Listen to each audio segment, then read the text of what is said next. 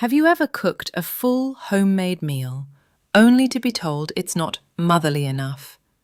Imagine pouring your heart into dinner and your toxic mother-in-law still finds a way to twist the knife.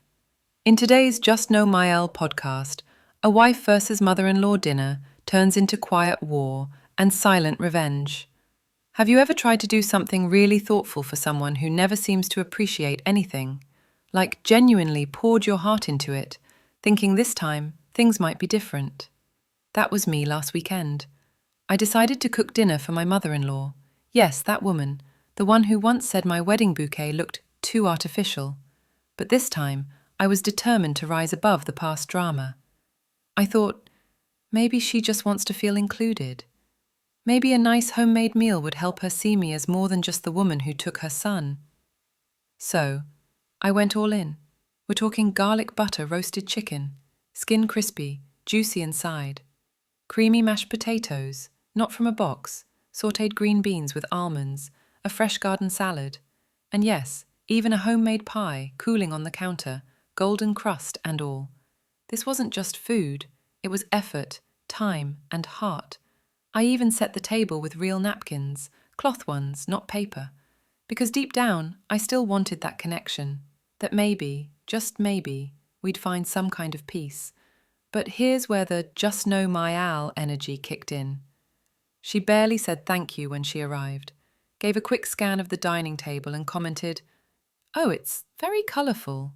Not beautiful, not nice, just colourful." That was my first red flag, but I let it slide. Dinner started. Everyone's eating. My husband's enjoying the food. He even whispered, "This is amazing, babe." And then, right as I start to think maybe, just maybe this could be a good night, she puts her fork down, looks around like she's judging a reality show cooking challenge and says, "It's nice, but it doesn't really have that motherly touch. I used to make meals that made my boys feel safe. This feels different. Different. Not better, not worse, just not good enough for her son." Now let me ask you something. What would you do in that moment?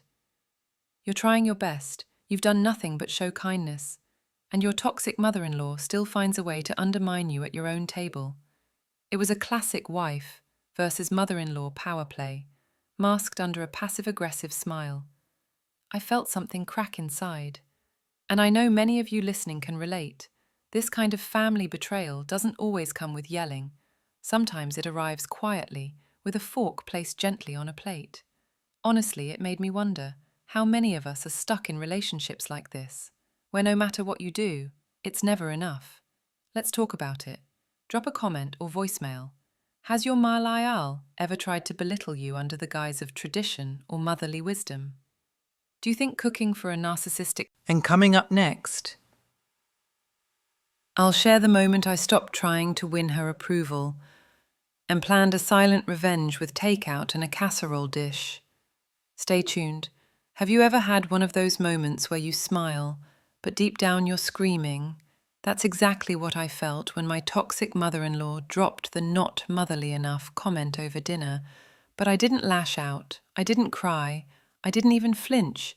Instead, I smiled, picked up my fork with the grace of a woman on the edge, and calmly said, "Well, maybe it feels different, because I'm not trying to mother your son, I'm feeding my husband." And in that moment, silence. She blinked, like a Windows 98 system glitching, then reached for her water, sipping it like it was some kind of holy wine that could cleanse away the sting. It wasn't a scream, it wasn't a showdown. But if you've been through husband-mom drama, you know, sometimes the sharpest clapbacks are delivered in the softest tone. Now, I know some people might say, that was harsh. But let me ask you, why are women always expected to absorb emotional punches with grace and silence, especially from narcissistic mother-in-laws who hide cruelty behind tradition? There's this unspoken rule in so many families. Don't rock the boat. She's just being old-fashioned. She means well. No. Sometimes she doesn't mean well. Sometimes it's toxic family behavior, plain and simple. And calling it out, or standing up for yourself, isn't disrespectful. It's survival. And here's the thing.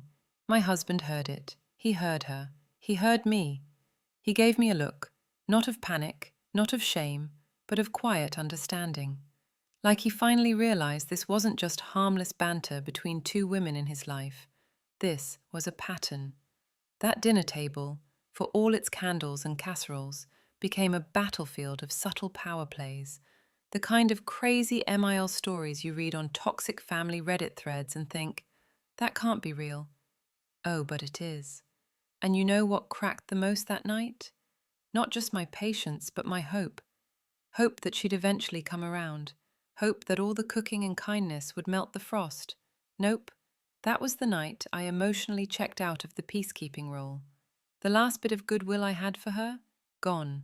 Evaporated faster than the pie she didn't even touch. And here's a thought. Why do so many of us feel guilty for drawing boundaries with our in-laws? Why do we feel like we owe forgiveness to people who never even asked for it? Let's open that up. Have you ever had a moment when you finally stopped trying to win over your MIL? Was there a specific sentence, a stare, a silence that made you go, I'm done? Share your story. Whether it's revenge with takeout, cutting ties, or reclaiming your dinner table, I want to hear it. Next time, I'll tell you how I served her store-bought lasagna in a fancy... Let me ask you something. Have you ever reached that point where you're done trying, but still want to prove a point? That's exactly where I was after that dinner. I wasn't angry anymore. Just done. Done with the performance. Done with trying to earn stars on a scorecard she never planned to fill. But I'll admit, I still had one last move in me. A small act of silent revenge. So the next time she came over, and yes, she invited herself, I decided to give her exactly what she wanted. A dinner with a motherly touch. But this time, I didn't step foot in the kitchen. No roasting, no peeling, no seasoning. I drove to a local Italian place, picked up a store-bought lasagna, salad and garlic bread, and arranged it all in my own bakeware. I even sprinkled a little parsley on top, for presentation.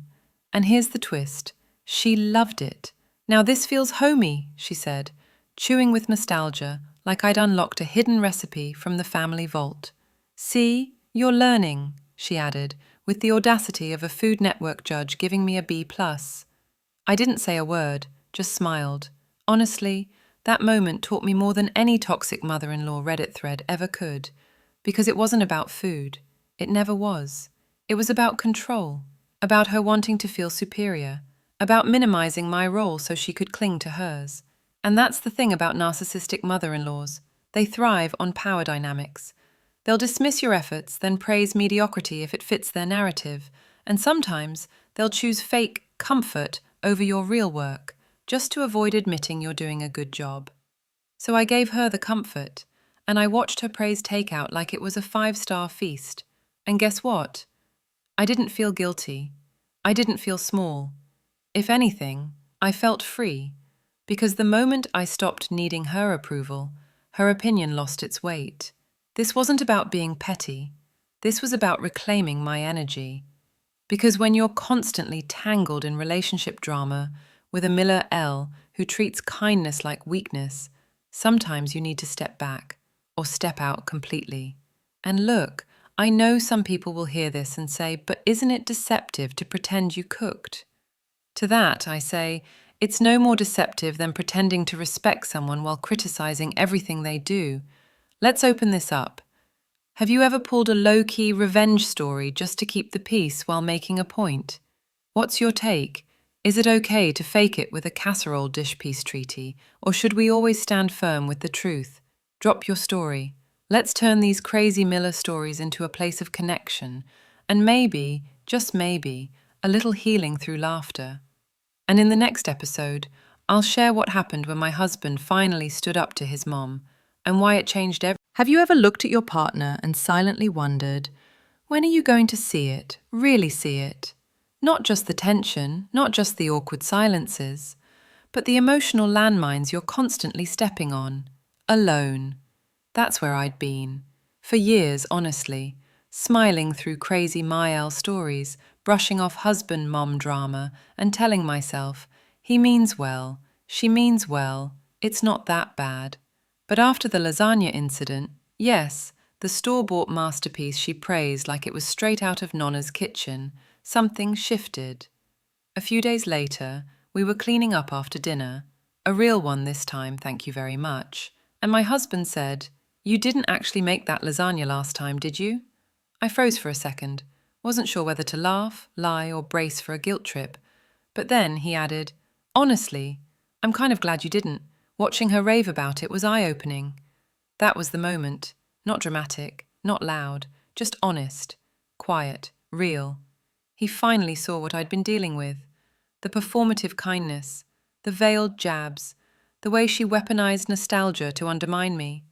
He said something I'll never forget. "You've been more patient with her than I think I would have been." Now, that might not sound like much to someone who hasn't faced a narcissistic mother-in-law, but to me, it felt like someone had finally pulled me out of a one-sided tug of war. This is where the Family Betrayal podcast story flips. Because the real betrayal isn't always from the MIL. It's when your partner doesn't see the harm, doesn't protect you, doesn't choose you. But in that moment, mine did. He admitted that he used to brush off her behavior because it's just how she is. But now he saw the pattern, the control, the guilt trips, the way she used food, family, and tradition as tools to stay relevant, even if it meant making me feel invisible. He didn't promise a dramatic confrontation, no ultimatums, but he did say, "Next time, I've got your back, and if you ever want to stop inviting her over for a while, I'm okay with that too." For the first time, I felt like I had a teammate, and that's something I wish more people in these situations had. A partner who recognizes that toxic mother-in-law behavior isn't normal just because it's common. So, here's my question to you. Have you ever had that breakthrough moment with your partner? When they finally got it? What did it take? A meltdown? A podcast? A lasagna? Let's talk about it. Drop your stories in the comments or voicemail. Because if we're going to share these story time with twist moments, let's make sure they remind people they're not alone, and that change, even slow, is still powerful. And in the next episode, I'll share what happened when I finally decided to set boundaries and how that led to the most awkward holiday dinner of my life. You won't want to miss it. Have you ever walked into a room and felt the temperature drop? Not because of the weather, but because of who was there. That was our holiday dinner last year. After my husband and I had our heart-to-heart, after he finally saw the pattern, the comments, the control, we agreed on something simple. Boundaries. Not a war, not a speech, just quiet boundaries. So when the holidays rolled around, we did something new. We told his mom that dinner would be small this year. Just a few friends, our little family, and no big drama. No more bending backward to make her feel like the queen of the casserole parade. No more walking on eggshells. Just a calm, comfortable evening. She didn't take it well. Shocking, right? "So I'm not invited to my own son's holiday now," she said. "Must be your wife's idea, it always is." You could practically hear the toxic mother-in-law alarm go off in the background. But here's the part I didn't expect. We didn't cave. We didn't send a last-minute invite. We didn't apologize for choosing peace. And dinner? It was wonderful. No tension, no passive-aggressive critiques, just laughter, music, and food that didn't come with judgment.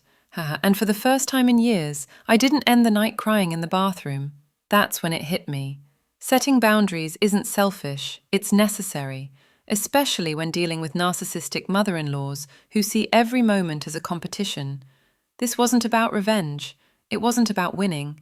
It was about reclaiming my space, my role, my peace. Because here's the truth. You can't build a healthy home while constantly defending yourself from emotional sneak attacks. Sometimes the most loving thing you can do for your family, your real family, is protect it from the ones who think they're entitled to hurt you simply because they're family. That holiday taught me that boundaries are love, just pointed in a new direction. And if you've ever dealt with husband-mom drama, crazy mill stories, or that classic wife versus mother-in-law power struggle, you know how rare it is to feel that kind of peace. So here's how we'll wrap this episode. If you've ever had a moment where you set a boundary, big or small, with a difficult family member, leave an emoji in the comments. That's it. No long stories, no deep thinking. Just drop a moon if you've claimed your piece. And if this episode reminded you of a story, save it. We've got more toxic family Reddit tales, more true revenge stories, and more relationship drama podcast moments coming your way. Tap follow, share this with a friend who needs to hear it, and join me next time for a story about a Mill who faked an illness, just to ruin her son's honeymoon. You're not ready for that one. See you then.